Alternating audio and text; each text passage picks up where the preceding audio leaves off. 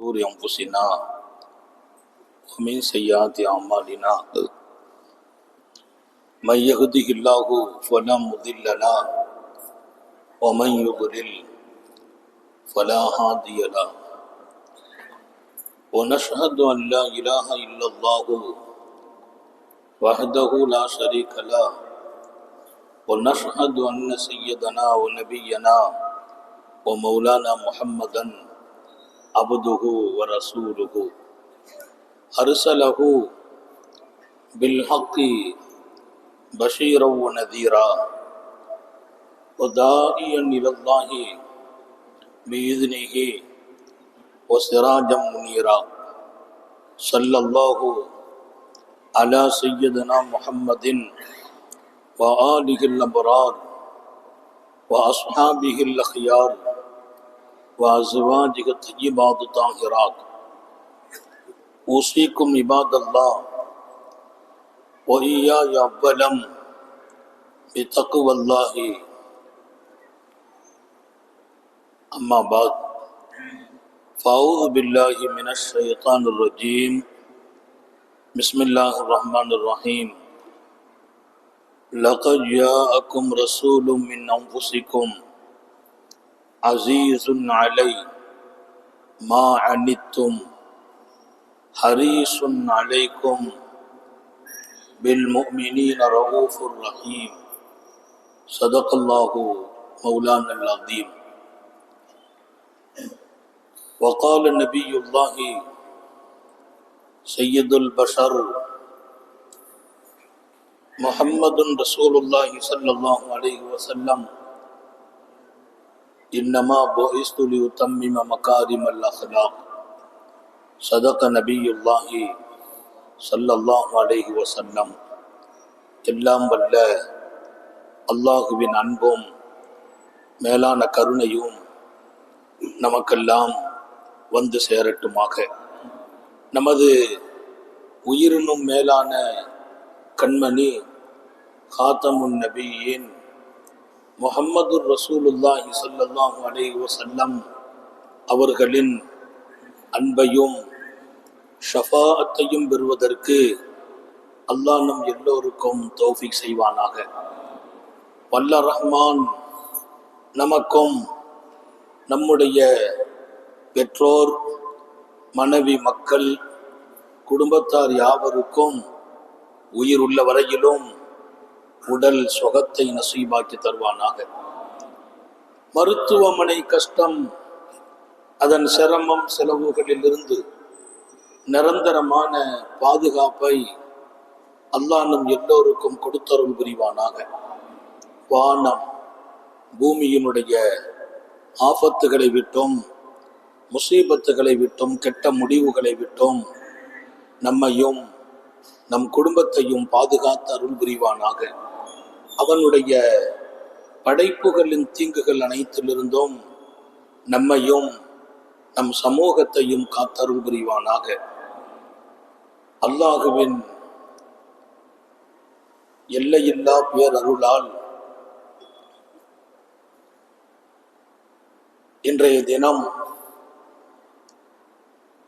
உலக மாந்தர்களுக்கு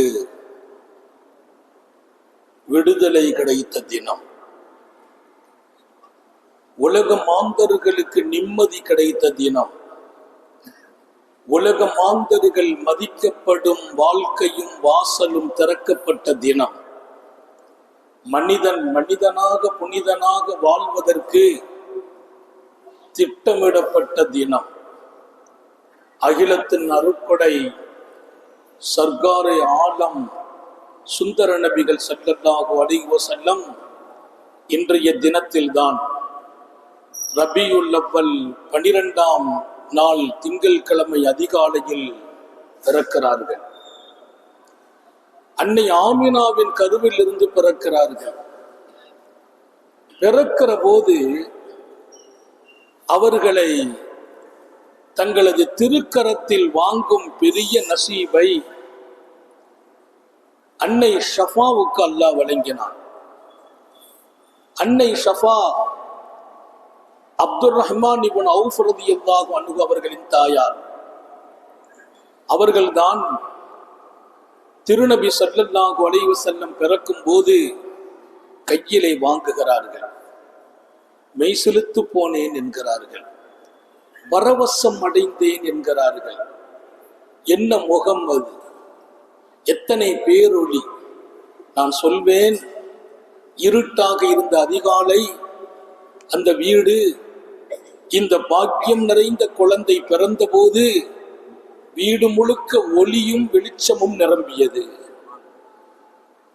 ஒளியும் வெளிச்சமும், அந்த திருமுகத்திற்கென்று ஒரு வெளிச்சம்.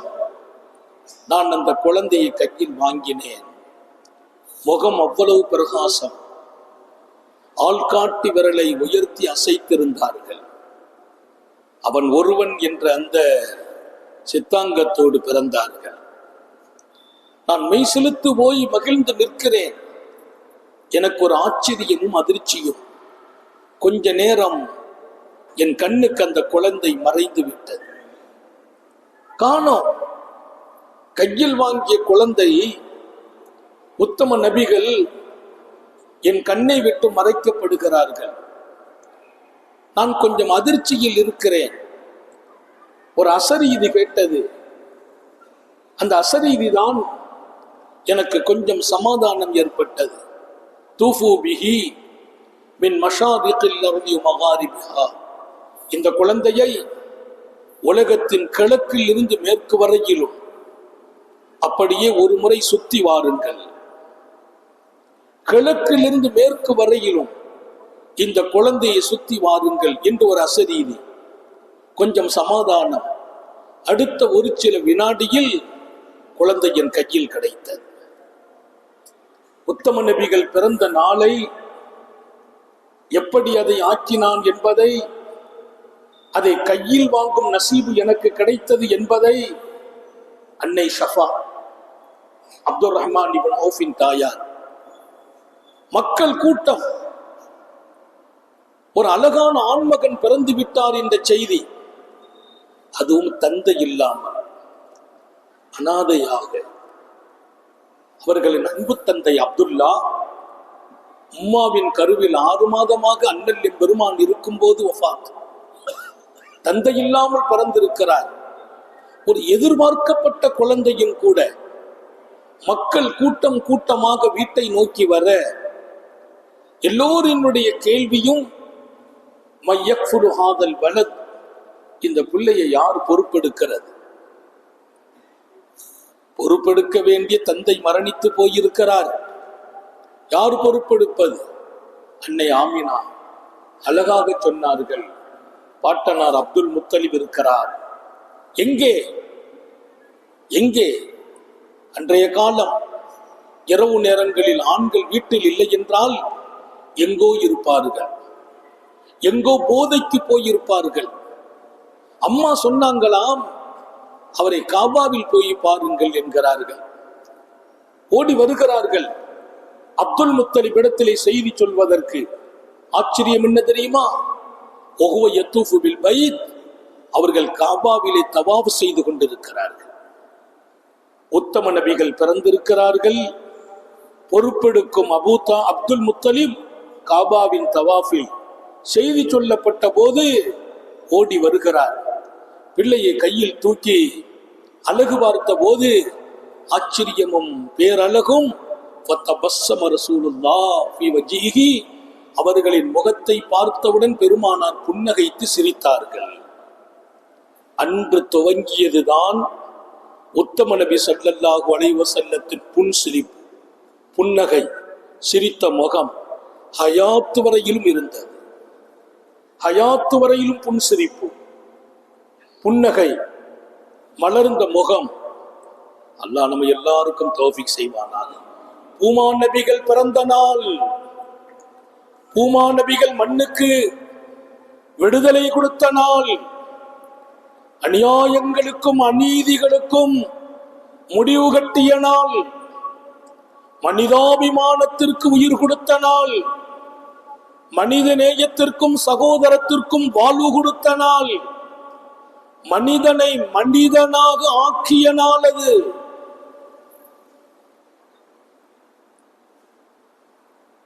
முத்தம் கொடுக்கிறார் அப்துல் முத்தலிப்.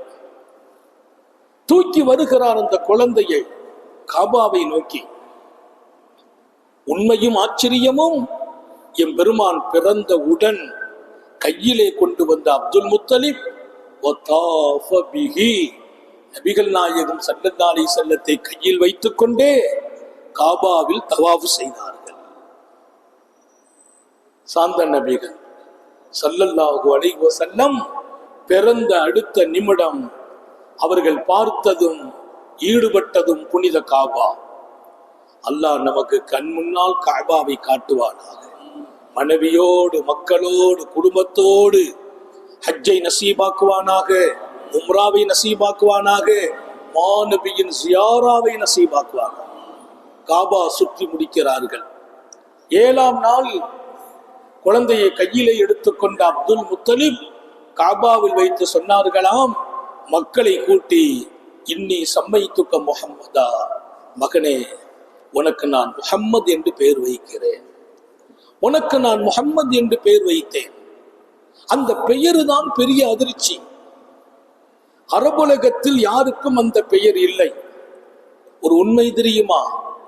உலகம் பிறந்த நாள் முதல் வல்லல் நபி ஸல்லல்லாஹு அலைஹி வஸல்லம் பிறக்கும் வரையிலும் உலகத்தில் எந்த பிள்ளைகளுக்கும் முஹம்மது என்ற பெயர் சூட்டாமல் அல்லாஹ் பாதுகாத்தான். பெருமானார் ஸல்லல்லாஹு அலைஹி வஸல்லம் பிறக்கும் காலத்தில் வேதத்தில் சில பேர் படிச்சாங்களாம், இறுதி காலத்தில் நபி அவங்க பேரு முகம்மது என்று. பெருமானார் பிறக்கிற காலத்தில் சில பேர் தங்கள் பிள்ளைக்கு முகம்மது என்று 5 பேர் பேர் வச்சாங்களாம். நம்ம வீட்டில் அந்த நபி பிறக்கட்டுமே என்று. அந்த பிள்ளைக்கு முகம்மது என்று பேர் என்று கிதாபுல படிச்சவங்க நம்ம பிள்ளைக்கு அந்த நபித்துவம் கிடைக்கட்டுமே பேர் வச்சாங்கன்னு வருது. உலகம் பிறந்த காலம் முதல் யாருக்கும் இல்லாமல் பாதுகாக்கப்பட்ட பெயர். பொதுவா அரபுலகத்தில் ஒரு பழக்கம், பாட்டனாரின் பெயரை வைப்பார்கள், பூட்டனாரின் பெயரை வைப்பார்கள், முப்பாட்டனாரின் பெயரை வைப்பார்கள். தந்தையின் பெயர், தந்தையின் தந்தை, அவரின் தந்தை, அவரின் தந்தை, பாரம்பரியமான பெயர் வைப்பதுண்டு. மக்கள் கேட்ட கேள்வி, லிம சம்மைத்துக்க முஹம்மதா லம் யகு ذلك الاسم احدا لآبائك. அப்துல் முத்தலிப் அவர்களே, முஹம்மது என்று பெயர் சூட்டி இருக்கிறீர்களே, இந்த பெயர் தங்கள் குடும்பத்தில் யாருக்கும் இல்லையே, உங்கள் தந்தைக்கு இல்லை, தந்தையின் தந்தைக்கு இல்லை, பாட்டனார் பூட்டனார் யாருக்கும் இந்த பெயர் இல்லை, உலகத்தில் யாருக்கும் இல்லாத உங்கள் குடும்பத்தில் தான் இருக்கும் முன்னோர்களின் பெயர் தானே வைப்பதுண்டு, புதுசா ஒரு பெயர் வச்சிருக்கீங்களேன்னு கேட்டாங்க. அப்துல் முத்தலிப் சொன்ன பதிலை சொல்லி, நான் வல்லல் நபியின் வாழ்க்கைக்குள்ளே உங்களை நான் கொண்டு நிறுத்துவேன். அப்துல் முத்தலிப் சொன்ன பதில், இன்னி உகைப்பு ஐயுஹமதா மின் அகலில் அர்த். முஹம்மது என்றால் புகழப்பட்டவர் என்று பொருள். முஹம்மது என்றால் புகழப்படுகிறவர் என்று பொருள். உங்களுக்கெல்லாம் ஒரு உண்மையை நான் சொல்கிறேன். இன்னி உகைப்பு, நான் பிரியப்படுகிறேன், என் மகன் வாழ வேண்டும். உலகம் எங்கிருக்குமோ அங்கு வரையிலும், உலகில் எங்கெல்லாம் மக்கள் இருப்பார்களோ அங்கெல்லாம் இருப்பவர்கள், இன்றிருப்பவர்கள், நாளை வருபவர்கள், இறுதி நாள் வரைக்கும் வருகிற மக்களால் என் மகன் புகழப்பட வேண்டும் என்று பிரியப்படுகிறேன். அந்த கனவு, அந்த வார்த்தை, அதற்கான பொருள் இன்று அல்லாஹ் நாம் கேட்க தௌஃபீக் செய்திருக்கிறார். உலகம் எங்கிருக்குமோ, எங்கெல்லாம் விரியுமோ, எங்கெல்லாம் வளருமோ, மக்கள் எங்கிருக்கிறார்களோ, எங்கெல்லாம் உருவாகுவார்களோ, வளருவார்களோ, விரிவார்களோ, அது கடலாகட்டும், தீவாகட்டும், மைதானங்களாகட்டும், கிராமங்களாகட்டும், பட்டணங்களாகட்டும், பெரும் நகரங்களாகட்டும், அங்கெல்லாம் என் மகன் புகழப்பட வேண்டும், முஹம்மத் புகழப்படுபவர் என்று பொருள். ஆசைப்படுகிறேன் என்றார்கள். அந்த ஆசை இன்று அல்லாஹ் நாம் சந்திக்க தௌஃபீக் செய்திருக்கிறார். அல்லாஹ் இன்னும் எம் பெருமான் ஸல்லல்லாஹு அலைஹி வஸல்லத்தின் புகழை உலகம் உள்ள வரையிலும் மங்கா புகழை நசீபாக்குவானார்.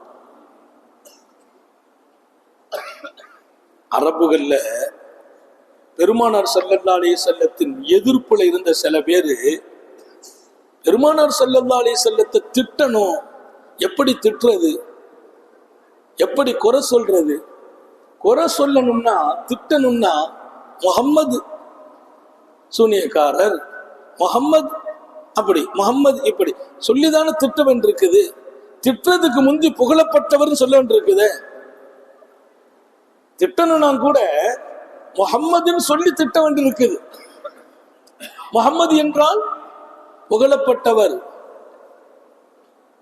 அரபுகளுக்கு எதிரிகளாக இருந்தவங்களுக்கு திட்ட முடியல. ஒரு நாள் கூடுனாங்க, கூடி ஆலோசனை பண்ணாங்க, முகம்மதுன்னு சொல்லி நம்ம திட்டினாலும் புகழப்பட்டவர்ன்னு நம்ம சொல்ல வேண்டியிருக்குது, எப்படி திட்டுறது? அதனால என்ன பண்றது? திட்ட கூட முடியலையே, சபிக்க முடியலையே. அவங்களாம் யோசனை பண்ணி ஒரு முடிவுக்கு வந்தாங்களாம், முகம்மதுன்னு நம்ம சொல்ல வேண்டாம், நம்ம ஒரு பேர் அவங்களுக்கு வச்சிருவோம், அவங்களுக்கு பேரை நம்ம வைப்போம். என்னப்பா வைக்க போறீங்க? முதம்மம். முதம்மம், முதம்மம் மோசமானவர், முதம்மம் பொய்யர், முதம்மம் சூனியக்காரர், அப்படி சொல்லுவோம். ஓகேண்டாங்க. முதம்மம்னா இழிவாக்கப்பட்டவர்னு அர்த்தம். புகழப்பட்டவர் என்ற பெயரை எடுத்துட்டு இழிவாக்கப்பட்டவர் என்று நம்ம பெயர் வச்சிருவோம். அதை சொல்லி திட்டுவோன்னு திட்ட ஆரம்பிச்சாங்க. சஹாபாக்களுக்கு கஷ்டமா போச்சு. அதை கேட்டு மனசெல்லாம் சங்கடப்படுது. ஓடி வந்தாங்க உத்தம நபி ஸல்லல்லாஹு அலைஹி வஸல்லம் இடத்தில். யா ரசூலல்லாஹ், தங்களை முதம்மம் என்று சொல்லி திட்டுகிறார்கள். சாந்த நபிகள் சர்க்காரை ஆலம் சிரித்தார்கள். சிரித்து விட்டு சொன்னார்கள், பார்த்தீர்களா, பார்த்தீர்களா அல்லாஹ் எப்படி பாதுகாத்தான் என்று.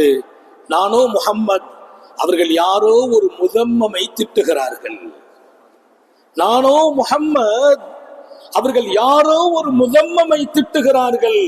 திட்டப்படும் இடத்தில் கூட அல்லாஹ் என்னை எப்படி பாதுகாத்தான் பார்த்தீர்களா என்றார்களாம் ஸல்லல்லாஹு அலைஹி வஸல்லம்.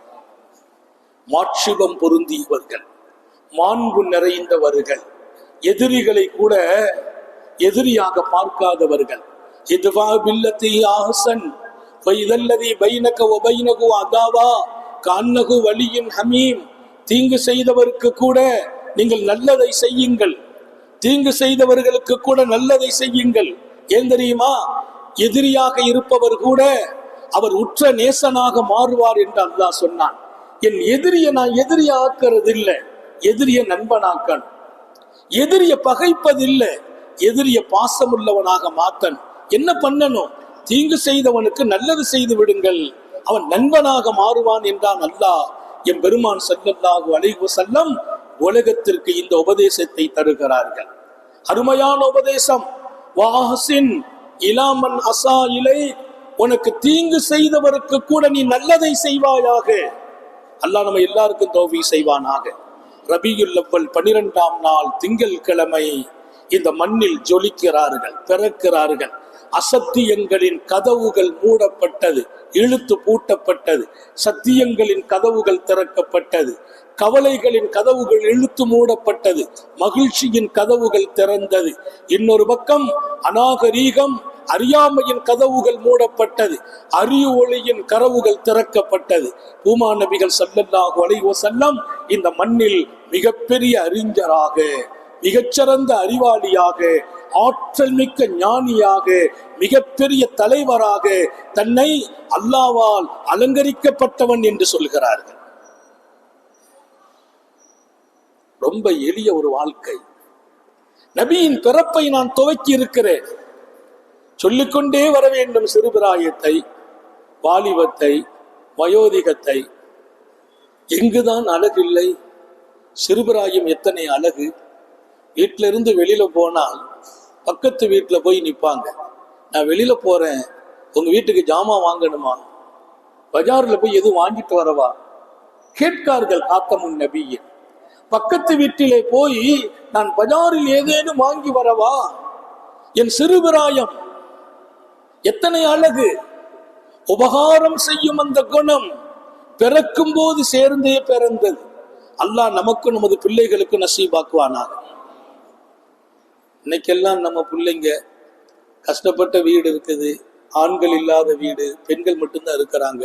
நம்ம பையன் வெளியில போறான், அந்த அம்மா கூப்பிடுது, தம்பிங்க வா, பஜார்ல போய் ஜாமா வாங்கிட்டு வான்னு சொல்லும்.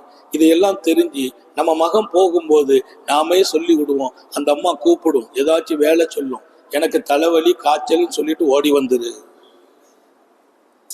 நாம் கற்றுக் கொடுக்கிற பாடம் எங்கே போனது? உபகார குணம் எங்கே மறைந்தார்கள்? மங்கா புகழ் பெற்ற முத்தம நபிகள் ஸல்லல்லாஹு அலைஹி வஸல்லம், பிள்ளைகளை வளருங்கள். நபி பெருமானார் எப்படி வாழ்ந்தார்களோ வளர்ந்தார்களோ அதுதான் உங்கள் பிள்ளைகளின் எதிர்காலம். ஒழுக்கம் சொல்லி வளருங்கள், நேர்மையை சொல்லி வளருங்கள், பொய் சொல்லாதே என்று சொல்லி வளருங்கள். மாணவியை பார்த்து பார்த்து உங்கள் பிள்ளைகளுக்கு பாடம் படித்துக் கொடுங்கள். அருமையான சிறுபிராயம் தாயின் அரவணைப்பிலேயே இருப்பார்கள். For more videos, please subscribe Islamic Live Media. வீட்டுக்கு பரக்கத்து என்ன தெரியுமா? அப்துல் முத்தலிபினுடைய குடும்பம் ஒரு பல்கலைக்கழகம்.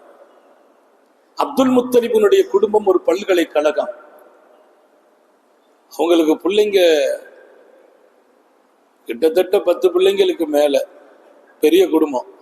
ஒவ்வொரு பிள்ளைங்களுக்கும் 10 பிள்ளைங்க 8 பிள்ளைங்க. அந்த வீட்டுல 80க்கும் அதிகமான மெம்பர்ஸுகள். பெருமானார் பிறந்து எந்த கஸ்டடியில வந்திருக்கிறாங்களோ அப்துல் முத்தலிபுடைய குடும்பத்துல ஒரு பெரிய பல்கலைக்கழகம். அது சாப்பிட உட்கார்ந்தா ஒரு பெரிய மஜ்மா ஜமாத் உட்கார்ந்த மாதிரி உட்காருவாங்க. வளர்ந்து வருகிறார் நபிகள் நாயகம். அப்துல் முத்தலிப் அந்த பிள்ளைக்கு அதுக்கு கிடைத்த கண்ணியத்தை சொல்வார்கள். சாப்பிட உட்காரும் போது நாயகம் ஸல்லல்லாஹு அலைஹி வஸல்லம் பக்கத்தில் உட்கார வச்சுக்கிடுவாங்க. மற்ற எல்லா பிள்ளைங்களும் இருக்கும், இவங்களை கொண்டு பக்கத்தில் வச்சுக்கிடுவாங்க. வச்சுட்டு அவங்க அந்த பரக்கத்தை உணர்ந்தாங்க. ஒரு கட்டத்துல எல்லாரும் கேட்பாங்க, எங்க பிள்ளைங்களையும் பெரியவங்க பக்கத்தில் வைக்கணுமே. ஒரு நாள் நபி பெருமானார் வெளியில இருக்கிறாங்க. சாப்பாடு வைங்கன்றாங்க. அப்துல் முத்தலிப் சாப்பாடு வையுங்கள். எல்லாருக்கும் அதிர்ச்சி. மாநபி ஸல்லல்லாஹு அலைஹி வஸல்லம் வரலையே, சின்ன புள்ள வரலையே. வெளியில போயிருப்பாங்க. அடுத்த வீடு எதிர்த்த வீட்டுகள்ல கூட்டு போவாங்க நபிய. அவங்களை கொண்டு அவங்க வீட்டுல கொஞ்ச நேரம் வச்சுட்டா வீடு மகிழ்ச்சி ஆயிடும். கூட்டு போவாங்க. வராமல் சாப்பாடு வைக்கிறது இல்லை, வைங்கன்றாங்க. சாப்பாடை வச்சாச்சு, எல்லாரும் சாப்பிடுறாங்க. ஷார்டேஜ், உணவு பத்தல. சாப்பாடு கொண்டாங்கன்னாங்க, இல்ல காலி ஆயிட்டு. சரி, ஒன்னும் சொல்லல. அடுத்த நாள் நாயகம் ஸல்லல்லாஹு அலைஹி வஸல்லம் கூட வச்சுக்கிறாங்க. வைங்க சாப்பாடை வச்சாங்க. கொண்டாங்க. வந்துகிட்டே இருக்குது. அவ்வளவு பேரும் சாப்பிட்டாச்சு. மிச்சம் இருக்குதா? இன்னும் இருக்குது. நேற்று போட்ட அளவு போட்டீங்களா, கம்மியா போட்டீங்களா, கூட போட்டீங்களா? தினமும் ஒரே அளவு தான். நேற்று ஏன் குறைஞ்சிச்சு உங்களுக்கு தெரியுமா? என் பேரன் முஹம்மது இல்லை, என் பேரன் முஹம்மது இல்லை.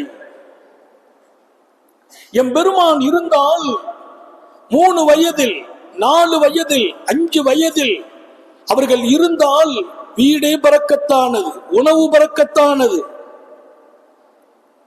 அரிய வாழ்க்கை, அறிந்து கொள்ள வேண்டிய வாழ்க்கை, நமது பிள்ளைகளுக்கு அறிவிக்க வேண்டிய வாழ்க்கை. அவர்கள் வீட்டில் இருந்தால் வீடு பரக்கத். காபத்துல்லாவுல ஒரு விரிப்பு விரிச்சிருக்கும். காபாவுல அப்துல் முத்தலிபு தலைவர், அவங்க தான் அதுல உட்காருவாங்க. எல்லாரும் எதிர்பார்ப்பாங்க அப்துல் முத்தலிபு வர்ற வரைக்கும். அவங்க வந்துட்டா அதுல போய் உட்காருவாங்க. அந்த விரிப்புல யாரும் உட்கார மாட்டாங்க. நபி பெருமானார் ஸல்லல்லாஹு அலைஹி வஸல்லம் 5 வயசு இருக்கும். நேரா வந்து அந்த விரிப்புல போய் உட்கார்ந்துருவாங்க. அந்த விரிப்புல உட்கார்ந்த உடனே எல்லாரும் சேர்ந்து எழுந்துறீங்கம்பாங்க. ஹஸ்ரத் அப்துல் முத்தலிபு சொல்வார், தாவ் இப்னி, என் மகனை விடுங்கள், எழுப்பாதீர்கள். இன்னலகு லஷானா, அதில் இருப்பதற்கு அவருக்கு தகுதி இருக்கிறது. ஏன் தெரியுமா? அவருக்கு பெரிய எதிர்காலம் இருக்கிறது என்றார். பெரிய எதிர்காலம் உடையவர் என் மகன். காபாவில் விரிப்பில் மக்காவின் மாபெரிய தலைவர் அப்துல் முத்தலிப் இருப்பார். இங்கே நபி பெருமானார் இருக்கிறார்கள். அல்லாஹ் சொல்லிக்கொண்டே வருகிறான். வளர்க்கிற போது சிறுவயதிலிருந்து பெருவயது வரைக்கும் வரும்போது அவர்களை கொண்டு உலகத்தில் என்னவெல்லாம் நடக்க போகிறது இப்போதே அல்லாஹ் அற்புதமாக அறிவித்துக் கொண்டு வந்தான்.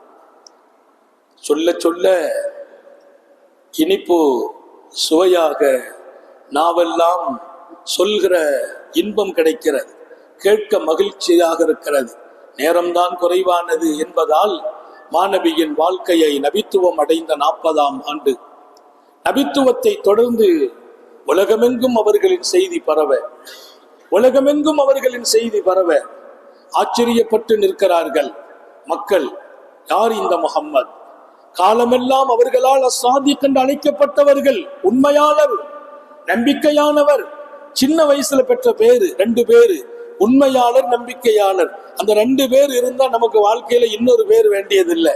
நான் உண்மையாளனாக, மக்களின் நம்பிக்கைக்கு உரியவனாக, அல்லாஹ் நம்மையும் நமது குடும்பத்தையும் ஆக்கி வைப்பானாக.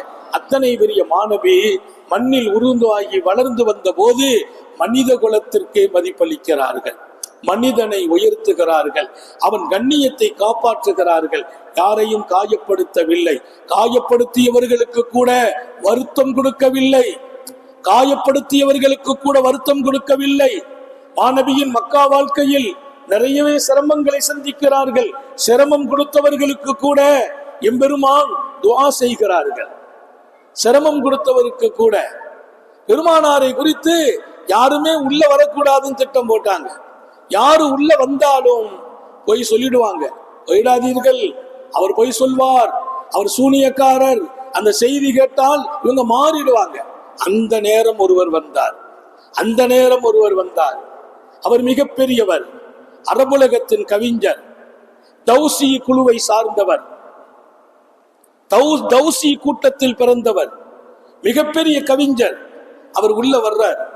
வந்தபோது மக்கள் சொன்னாங்க, இங்க முகம்மதுன்னு ஒருத்தங்க இருக்கிறாங்க, கிட்ட போயிடாதீங்க, அவர் சூனியக்காரர், உங்களுக்கு சூனியம் செய்து விடுவார். அவர் வார்த்தை உங்க காதுல விழுந்தால் நீங்கள் மயங்கிடுவீங்க. இப்படி எல்லாம் சொன்ன போது அந்த மனுஷன் பெரிய கவிஞர் தான், காதுல பஞ்சு வச்சார் என்று வரலாறு நீங்க பார்க்கலாம். காதில் பஞ்சு வைத்து நடமாடியவர் பஞ்சு வச்சுக்கிட்டார் அங்க இருக்கிற வரைக்கும். ஏன் தெரியுமா? அந்த வார்த்தை என் காதில் போனால் எனக்கு பைத்தியமாகும், சூனியம் செய்யப்படுவேன். மக்கள் சொல்லி விட்டுருக்கிறாங்க. அல்லாஹ்வுடைய கருணை என்ன தெரியுமா? யாரை கொண்டு அல்லாஹ் இந்த உலகத்தில் ஏந்தல் நபிக்கு தோல் கொடுக்க செய்ய வேண்டும் என்று நினைத்தானோ அதை அல்லாஹ் முடித்தே தீர்ந்தான்.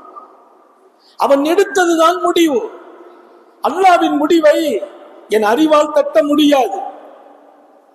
அவன் எடுத்த முடிவை மாற்ற முடியுமா? ஒரு நாள் அவர் குளிக்கும் போது பஞ்சை எடுத்திருக்கிறார். என் பெருமான் ஓதுகிறார்கள், காதுல விழுந்துட்டு பஞ்சை தூக்கி போட்டார். என்ன சத்தம்? ஏன்? அவர் இலக்கியம் தெரிந்தவர், அரபில் அவரை விட மிஞ்சியவர் இல்லை, மிகச்சிறந்த கவிஞர். காதில் விழுந்த போது ஓடி வருகிறார். எங்கே இடம் காட்டப்பட்டது. உள்ளே வந்தார், மண்டியிட்டார், படியுங்கள் என்கிறார். என் பெருமான் ஓத கேட்டார், மகிழ்ந்தார், முத்தமிட்டார். சொல்லுங்கள் தாங்கள் யார்?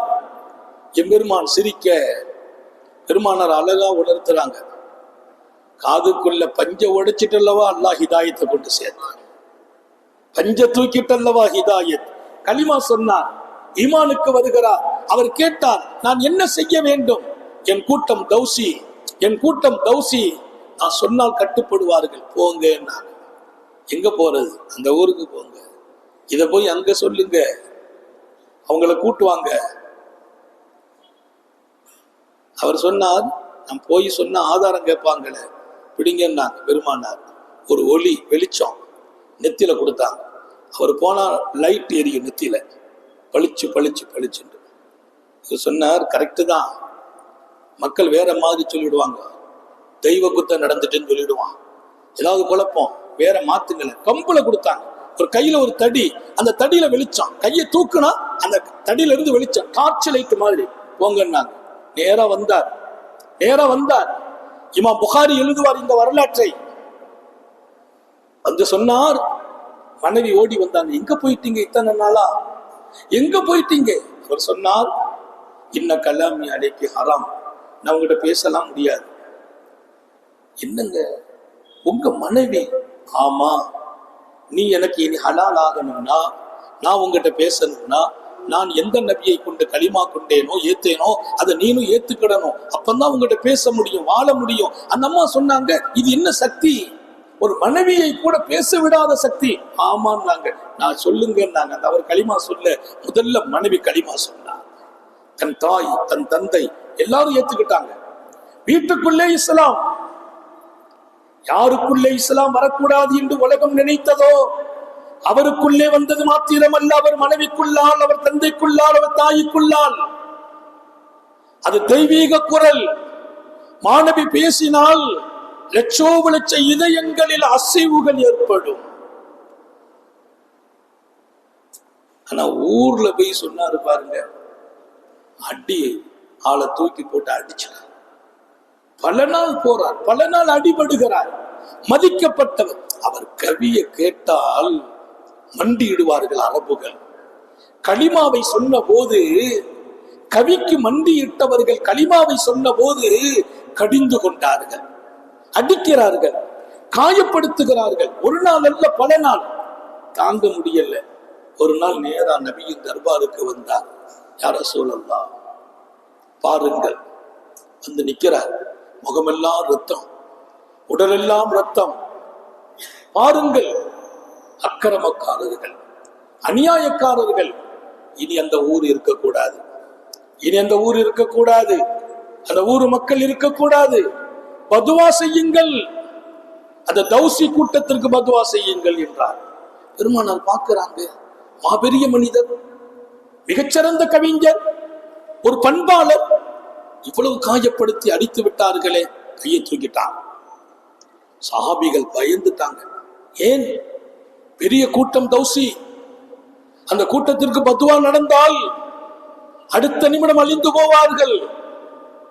சாந்த நபிகள் சர்க்காரை ஆலம் ஸல்லல்லாஹு அலைஹி வஸல்லம் கையை தூக்கி, அல்லாஹும் மஹ்தி தௌஸா வஅதி பிஹும், யா அல்லாஹ், தௌஸ் கூட்டத்திற்கு ஹிதாயத்தை, நேர்வழியை கொடுப்பாயா. தௌஸ் கூட்டத்திற்கு ஹிதாயத்தை கொடு ரப்பே, நேர்வழியை கொடு. அவங்க எல்லாரும் இங்க வருவதற்கு தௌஃபீக் செய். வஅதி பிஹும், உங்களை அங்க கொண்டு வாங்க. யார? அந்த கூட்டத்தை. அவர் பார்க்கிறார், என்ன இது? பெருமானார் சொன்னாங்க, ஆமப்பா நீ இப்போ போ. எங்க போகான்னு கேட்டார். அடிச்சு காயமாக்கி நடக்க உடல்ல காலெல்லாம் ரத்த குறையாக்கிட்டாங்க. இப்போ போப்பா, இப்போ போ. அந்த மக்கள் மொத்தமா வருவாங்க, கூட்டு வந்துருந்தாங்க. அவருக்கு நம்பிக்கை. நேரா போகிறார். அந்த மக்கள் காத்து நிற்கிறார்கள். நாங்க தப்பு பண்ணிட்டோம், மன்னிச்சுக்கங்க, களிமா சொல்லுங்க. ஹிதாயத். மாணவியின் நாவு பிறந்தால், கையேந்தினால், பிரார்த்தனை கேட்டால், அடுத்த நிமிடம் உலகத்தையே அல்லாஹ் புரட்டுவான். மனிதர்களின் இதயத்தையே திருப்புவான் அல்லாஹ். எத்தனை பெரிய நபி! சர்க்காரை ஆலம் ஸல்லல்லாஹு அலைஹி வஸல்லம். போ, மக்கள் வருவார்கள், ஹிதாயத்து கிடைக்கும். அவர் போறார், களிமா சொல்லி கொடுக்கிறார். அவருக்கு அவ்வளவு மகிழ்ச்சி. இதுல ஆச்சரியம் என்ன தெரியுமா? இதுல ஆச்சரியம் என்ன தெரியுமா? பதுவா செய்யுங்கள் என்று சொன்ன பின்னால் நேர்வழி கூட அல்லாண்டு ரசூல் சொல்லி துவா செய்து அனுப்பி வச்சு இவர் போய் களிமா சொல்லி வர்றாங்க பாருங்க. அதில் ஒருவர் தான் Abu Huraira Dausi. Abu Hurairah லட்சக்கணக்கான ஹதீசுகளை புகாரியிலே, முஸ்லிமில், திருமதியில் அறிவிக்கக்கூடிய அபூ ஹுரைரா இப்பதான் களிமா சொல்றாங்க. இவங்க கையில அன்னைக்கு ரசூலுல்லாஹ் பதுவா செய்திருந்தா அபூ ஹுரைரா எங்கே? எங்கே அபூ ஹுரைரா? யார் அந்த சஹாபி தெரியுமா? தௌசியில் இருந்து வந்து வெளிச்சத்தோடு போய் மக்களை கொண்டு வந்த சஹாபிதான் துஃபைல் இப்னு அம்ர் தௌசி ரலியல்லாஹு அன்ஹு. துஃபைல் இப்னு அம்ர் தௌசி அவர்களை கொண்டு தௌசி கூட்டத்திற்கு ஹிதாயத். அவர்களுக்கு பின்னால் தௌசியில் இருந்து அபூ ஹுரைரா தௌசி வருகிறார். Abu Huraira தௌசி.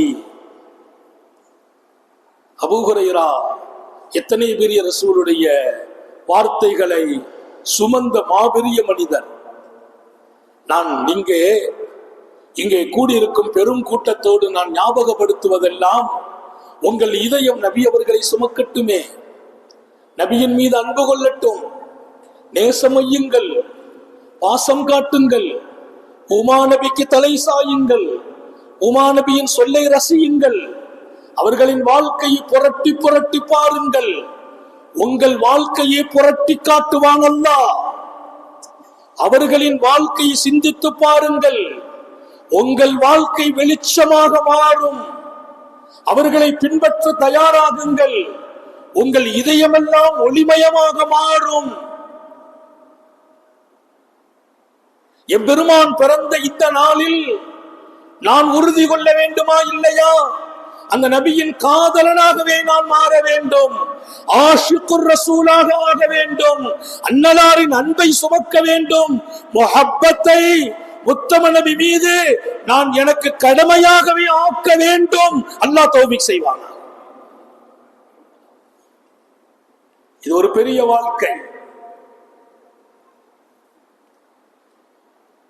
உலகத்தின் வெளிச்சமாக வருகிறார்கள் நபிகள் நாயகம்.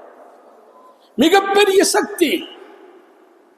யாரையும் கொஞ்சம் கூட கௌரவ குறைவா நடத்தினதில்லை. கௌரவ குறைவா யாரையும் லேச மதிப்பில்லாம ஆக்கினது இல்லை.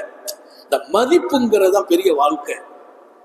யாருடைய கௌரவத்தையும் குறைச்சிடக்கூடாது, கண்ணியத்தை குறைச்சிடக்கூடாது. அதுல பெரிய ரகசியம் இருக்கிறது என்றார்கள் நபிகள் நாயகம் ஸல்லல்லாஹு அலைஹி வஸல்லம். உலகத்துல பெருமானார் ஸல்லல்லாஹு அலைஹி வஸல்லத்தின் வாழ்க்கைக்கு பின்னால நீங்க போய் நின்றால் கௌரவம் காக்கப்படும். மதீனாவில அபூ ஷுஐபுல் அன்சாரி என்று ஒரு நபித்தோழர், அபூ ஷுஐபுல் அன்சாரி என்ற நபித்தோழர் ரலியல்லாஹு அன்ஹு, பெருமானார் ஸல்லல்லாஹு அலைஹி வஸல்லம் அவங்களுக்கு விருந்து கொடுக்கணும்னு ஆசைப்பட்டார். நபி பெருமானார் ஸல்லல்லாஹு அலைஹி வஸல்லம் நம்ம வீட்டுக்கு வரணும். நம்ம எல்லாருடைய வீடும் மாநபியை கனவில் காணும் வீடாக ஆக்கி வைப்பானா. இன்றைக்கு அவர்கள் பிறந்த நாள். நான் இன்றைக்கு மகிழ்ச்சியாக இருக்கிறேன், சந்தோஷமாக இருக்கிறேன்.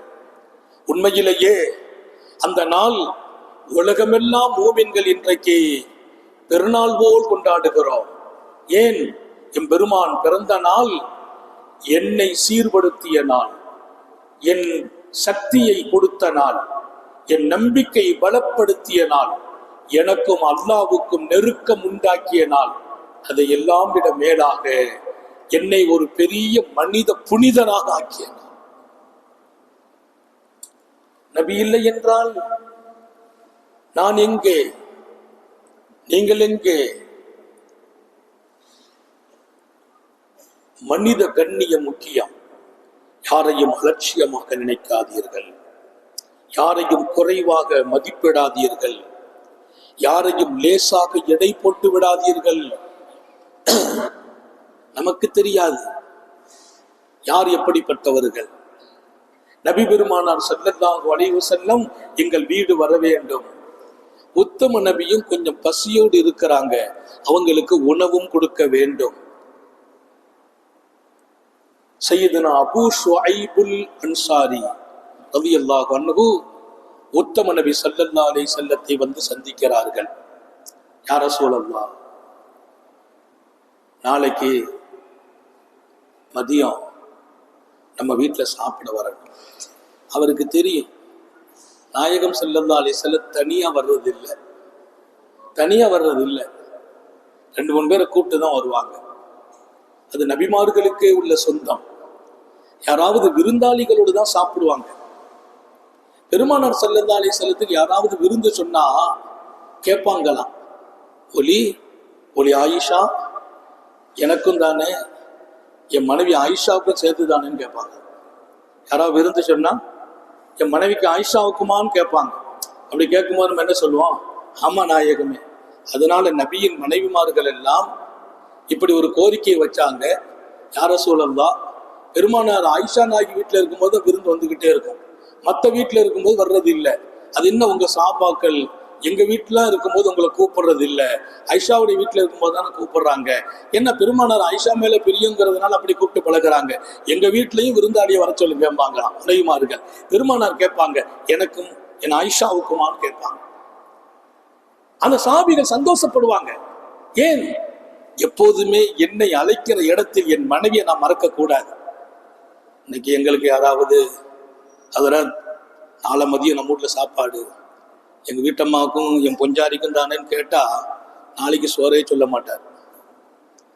பேசிமாம் எப்ப சாப்பிட கூப்பிட்டாலும் இமாமும் அசரத்து கொஞ்சாரையும் சேர்த்து சேர்த்துல கூப்பிட்டுக்கிட்டு இருக்காரு. நீங்கள் எங்கே குறை காண்பீர்களோ அங்கே எங்கள் நபியின் சுன்னத்தை ஹயாத்தாகிறது. நான் ஒரு தடவை அதை கேட்டேன், அந்த சுன்னத்தை ஹயாத்தாக்கணும். என் நண்பர் சாப்பாடு சொன்னார், அசத்து வீட்டுக்கு வரணும், வந்துருவோம்பா நம்ம மனைவி அப்படின்னு. அவர் சிரிச்சிட்டார். ஹஜரத் ரொம்ப சந்தோஷம், நான் உங்க மனைவிக்கு கொடுத்து விடணும் வச்சிருந்தேன், நீங்களே கேட்டுட்டீங்க, கூட்டு வந்துருங்க. நான் சொன்னேன், நீ ஊர்ல யார்கிட்டயாச்சும் போய் சொல்லிடாத ஹஜரத் என் மனைவிக்கும் ஜோர்தான் கேட்டாருன்ட்டு. அதெல்லாம் உண்மை, ஆசை இருந்துச்சு. நபி பெருமானார் ஒலி ஆயிஷா, என் ஆயிஷாவுக்குமா என்று கேட்பார்கள். ஒரு தடவை நம்ம அந்த சுன்னத்தை ஹயாத்தாக்கன்னு உங்கள்கிட்ட கேட்டுட்டோம்பான்னு. இல்ல ஹஜரத், எனக்கு பெரிய பாடம். For rewards, please share this video. நான் என் மனைவி எல்லாம் நல்ல நேரத்துல நினைச்சே பார்க்கறது இல்ல, நீங்க சொன்னதுல எனக்கு ஒரு பாடம். இனி என் மனைவியை நான் நினைச்சுதான் பார்க்கணும்னு படிச்சுக்கிட்டேன்.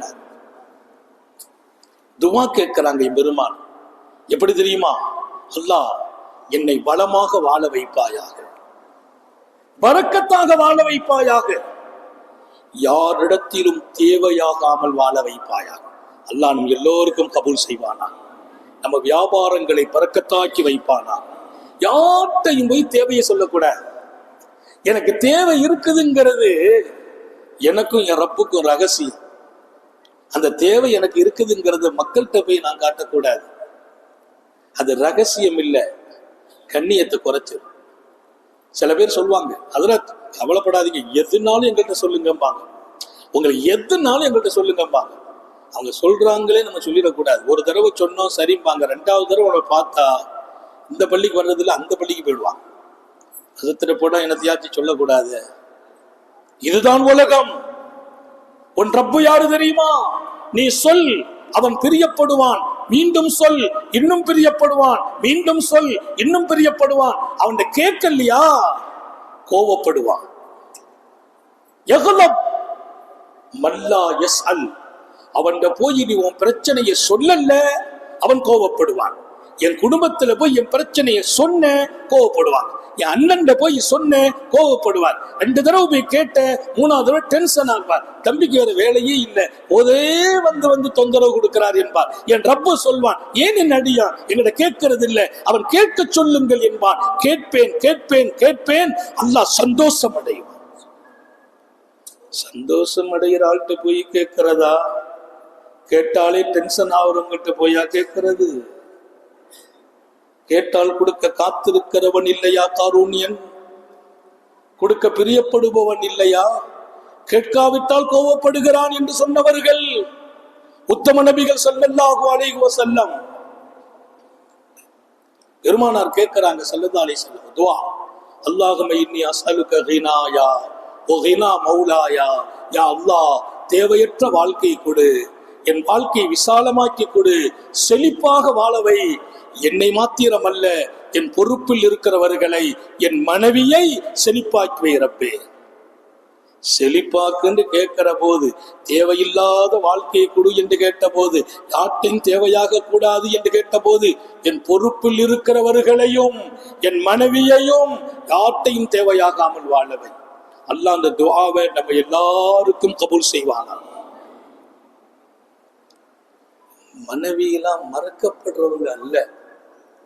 நம்ம மனைவியை எப்போ நினைக்கிறோம்னா, சண்டை போடுறதுக்கு தான் சில பேருக்கு மனைவி.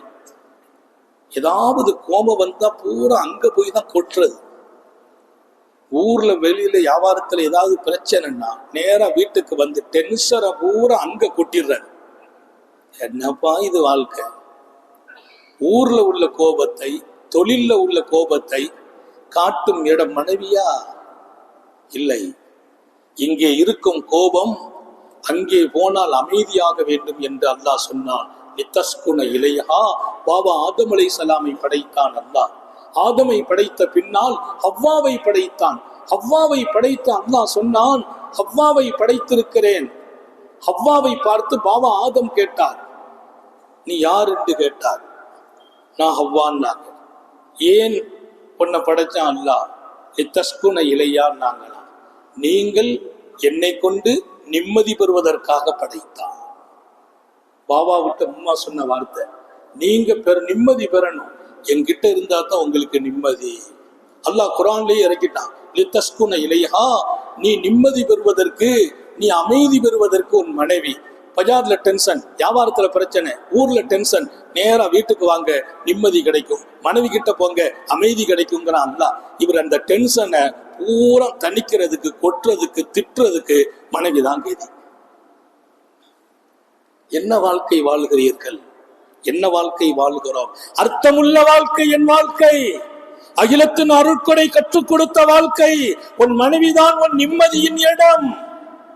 ஆலோசனை கூட உன் மனைவி இடத்தில் கேள். ஏதாவது ஆலோசனை, இப்படி போனோமா, வியாபாரம் ஒன்றும் சரியில்லை, எங்க போனாலும் பிரச்சனை வருது, அந்த அம்மா ஆலோசனை கொடுப்பாங்க. அந்த ஆலோசனை கூட உனக்கு நிம்மதியை கொடுக்கும் என்றார்கள். அல்லாஹ் ரப்புல் ஆலமீன் யாரையும் அலட்சியம் காட்டி விடாமல் எப்போதும் நாம் நினைக்கிற இடத்தில், துஆ செய்கிற இடத்தில் நம்ம வீட்டு பெண்களை ஆக்கி வைப்பானாக. நம்ம பிள்ளைகளை பெற்றெடுத்து கொடுத்தவர்கள், எனக்கு ஒரு வாரிசை உண்டாக்கி தந்தவர்கள், என் நாளைய தலைமுறை இந்த மண்ணில் தொடங்குவதற்கு அந்த அம்மா பட்ட தியாகத்திற்கு நிகர் இன்னொரு தியாகம் உலகத்திலேயே இல்லை. என் மனைவியின் தியாகத்திற்கு பகரம் இன்னொரு தியாகம் இல்லை. என் பிள்ளையின் தாய் அவள். தாய்மைக்கு என்ன பெரிய அற்புதம்! நான் சொல்ல வந்தேன், உத்தம நபி ஸல்லல்லாஹு அலைஹி வஸல்லத்துக்கு விருந்து சொன்னா என் மனைவி ஆயிஷாவுக்கும் சேர்த்தான்னு கேட்பாங்க. அது எதுக்குன்னா மகிழ்ச்சி, அவங்களுக்கு ஒரு சந்தோஷம், மனைவிக்கு கொடுக்கணும். இப்போ அவர் சாப்பிட கூப்பிடுகிறார். அபூ ஷுவைபுல் அன்சாரி ரலியல்லாஹு அன்ஹு, அவருக்கு தெரியும் நாயகம் ஸல்லல்லாஹு அலைஹி வஸல்லம் தனியாலாம் வரமாட்டாங்க, அவங்க கூட 2-3 பேர் வருவாங்க. அவர் வரும்போதே சொன்னார், யா ரசூலல்லாஹ், நாளை மதியம் நம்ம வீட்டுல சாப்பாடு, ஒரு 4 சஹாபியை கூட்டுவாங்கன்றார். ஒரு 4 சஹாபியை கூட்டுவாங்க.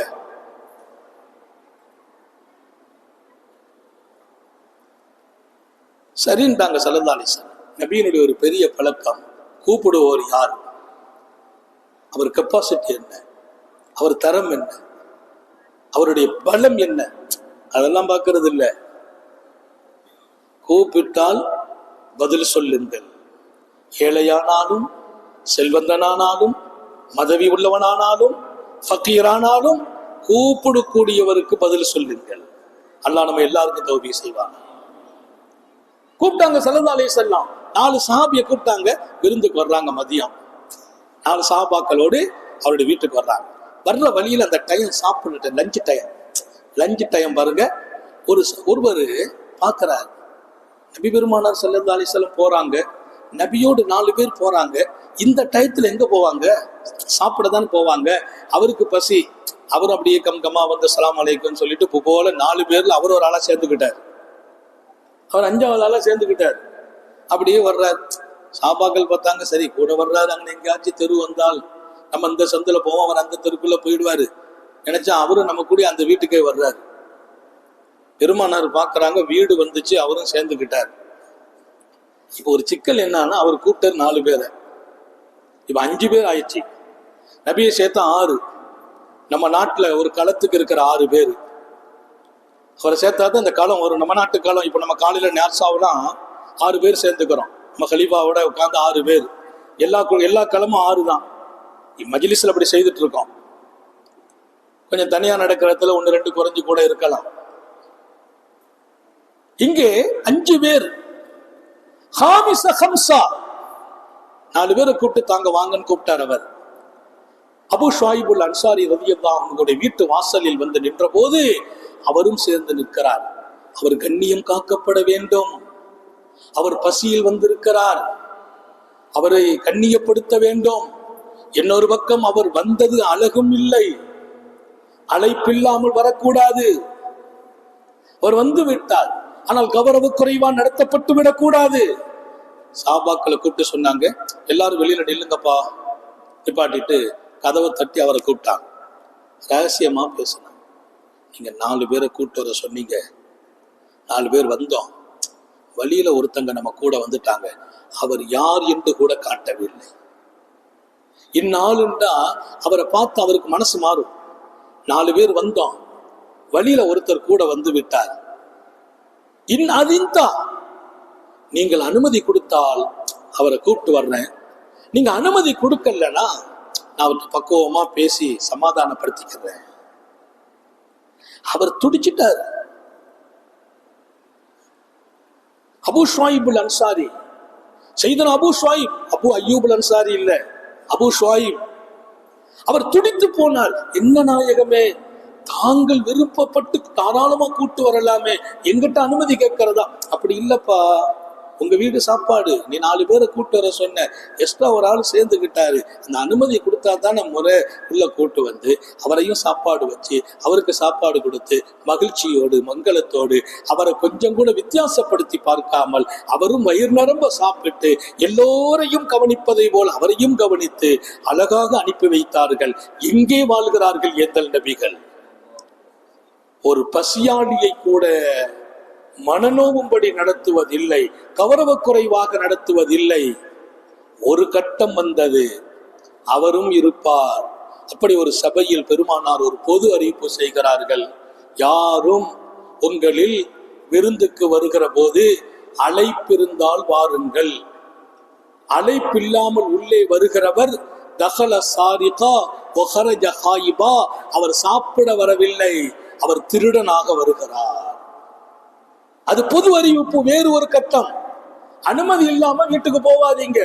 ஒரு வீட்டுல நமக்கு சாப்பாடு சொல்லல, 5 பேரோடு சேர்ந்து நீங்க போறதா? போக கூடாது. நம்ம போறோம், நம்மள கெஸ்ட் 2 பேர் வந்திருக்காங்க, அவங்கள கூட்டு போக கூடாது. கூட்டு போகணுமா? அனுமதி கேட்கணும். 2 கெஸ்ட் வந்துட்டாங்க, எங்க வீட்டுல சாப்பாடு ஆக்கட்டுமா அல்லது உங்க வீட்டுக்கு விருந்து கூட்டு வரட்டுமா? தகல சாரிகன், அனுமதி இல்லாமல் விருந்துக்கு வந்தவர்கள் திருடர்களாக வருகிறார்கள்.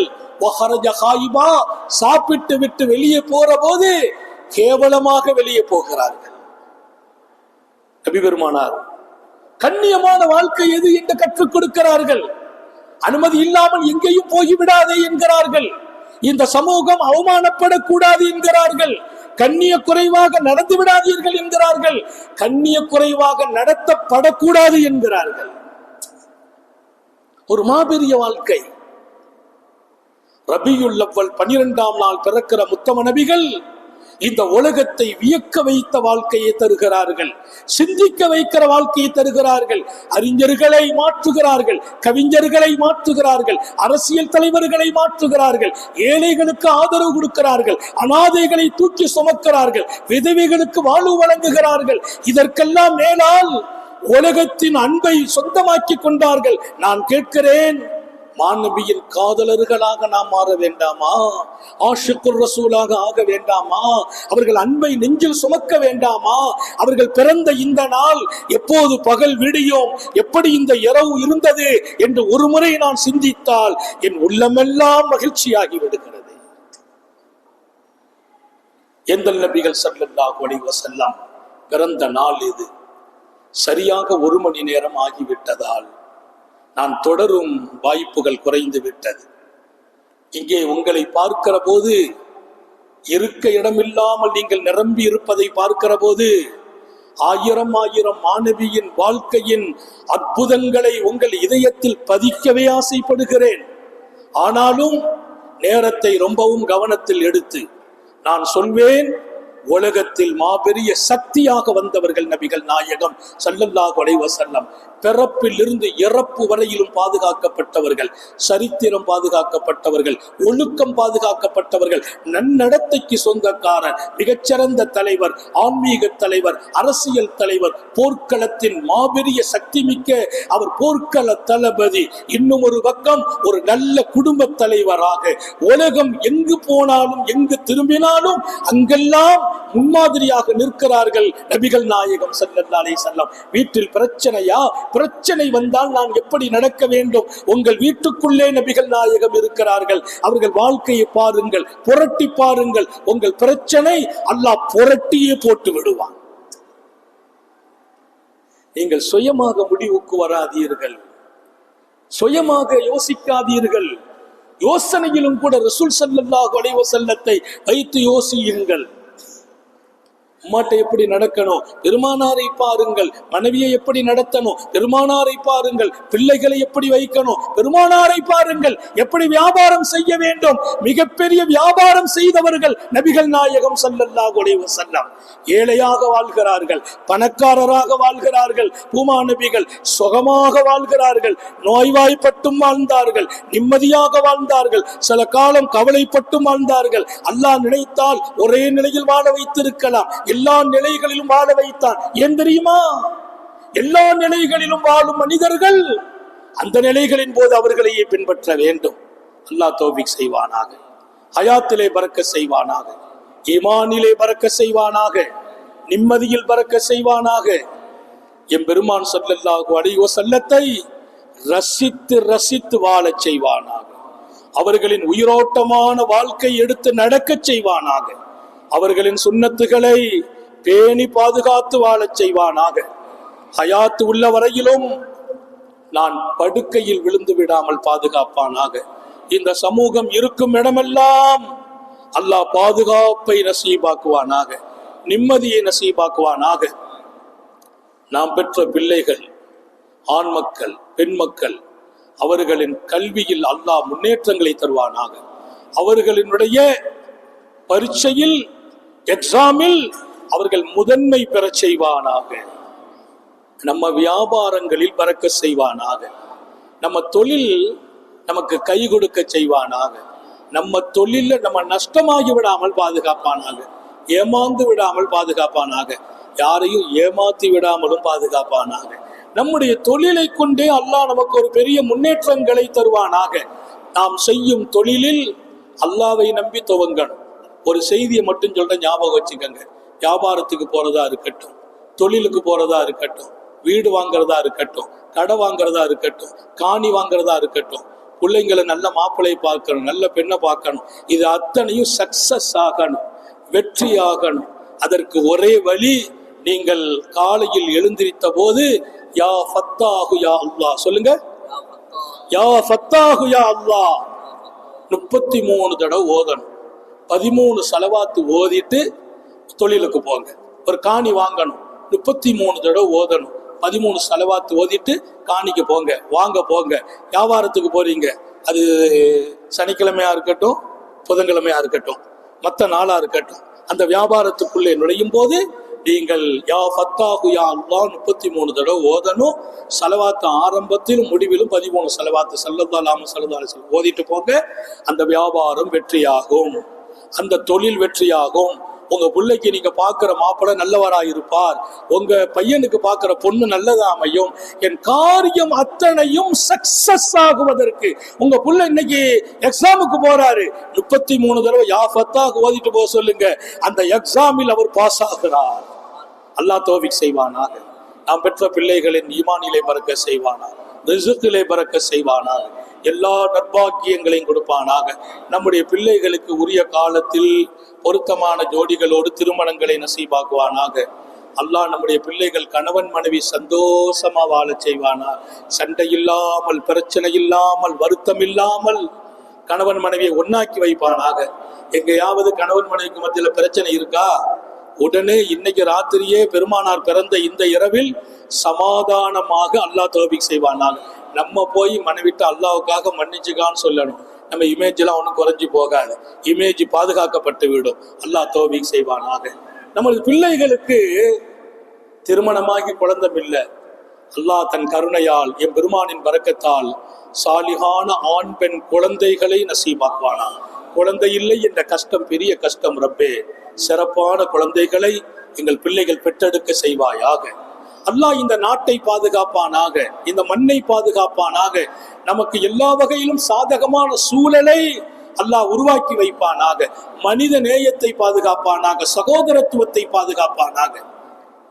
நீண்ட நெடிய நாட்கள் நோய் நொடிகள் இல்லாமல் உடல் ஆரோக்கியத்தோடு மன நிறைவோடு இன்பத்தோடு அல்லாஹுவை நின்று வணங்கி வழிபட்டு வாழும் நசீபையும் பாக்கியத்தையும் எல்லாம் அல்ல அல்லாஹ் உங்களுக்கும் எனக்கும், நம்மை ஈன்றெடுத்த தாய் தந்தையர்களுக்கும், நமது மனைவி மக்கள் உற்றார் உறவினர் யாவருக்கும் கொடுத்தருள் புரிவானாக.